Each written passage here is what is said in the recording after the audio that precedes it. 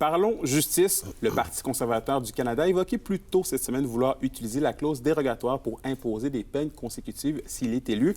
Au-delà de l'aspect constitutionnel de la question, que faut-il comprendre sur le principe de peine consécutive au Canada? Pour nous en parler, j'ai avec moi en studio Maître Pascal Jolicoeur, avocat criminaliste chez Clich Avocat. Pascal, bonjour.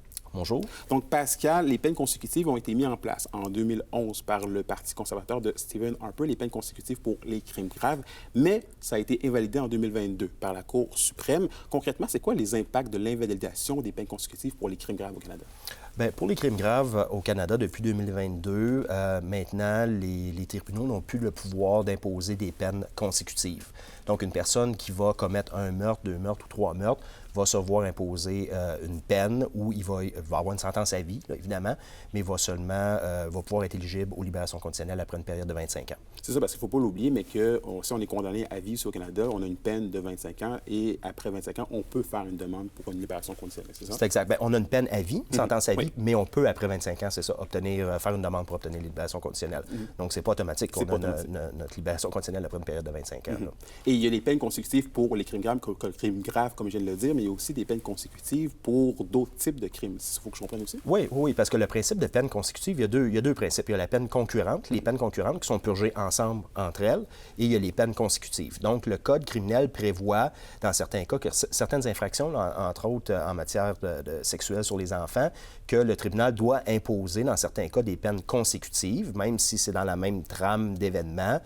Les peines doivent être consécutives. Et il y a dans d'autres cas également, on peut penser la personne qui commet une infraction où il y a des victimes multiples ou à des lieux différents va se voir imposer à ce moment-là des peines consécutives également. Ouais. Donc, c'est ça. Les peines concurrentes sont purgées en même temps et les peines consécutives sont purgées l'une à la suite de l'autre. C'est exact, oui. Et comme je disais justement, c'est une loi qui a été mise en place en 2011 par le gouvernement Harper, mais qui a été invalidée ensuite par la Cour suprême en 2022, puisque selon la Cour suprême, selon la Charte, en fait, les peines consécutives pour les crimes graves étaient jugées comme étant contre la Charte des droits et libertés canadiennes. Qu'est-ce qui pose problème dans ce type de condamnation-là pour des crimes graves?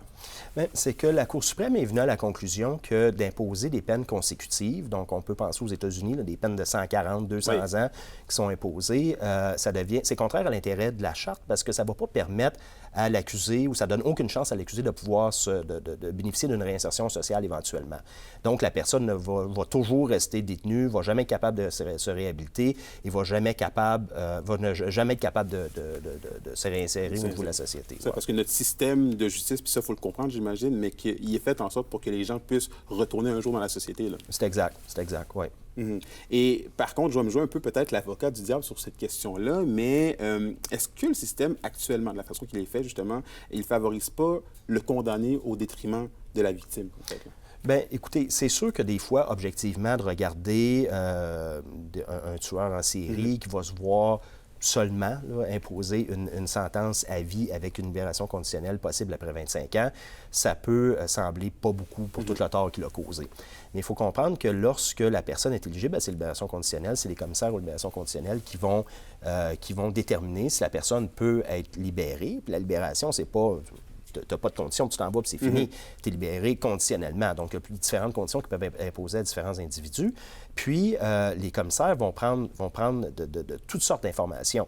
Pour avoir vu des dossiers carcérales, je vous dirais, il y a beaucoup d'informations, tant les travaux que les personnes font, les programmes qui sont suivis. On comprend également que les commissaires vont entendre les membres de la famille, vont entendre les membres de la famille des victimes. Donc, il y a plusieurs choses qui sont faites.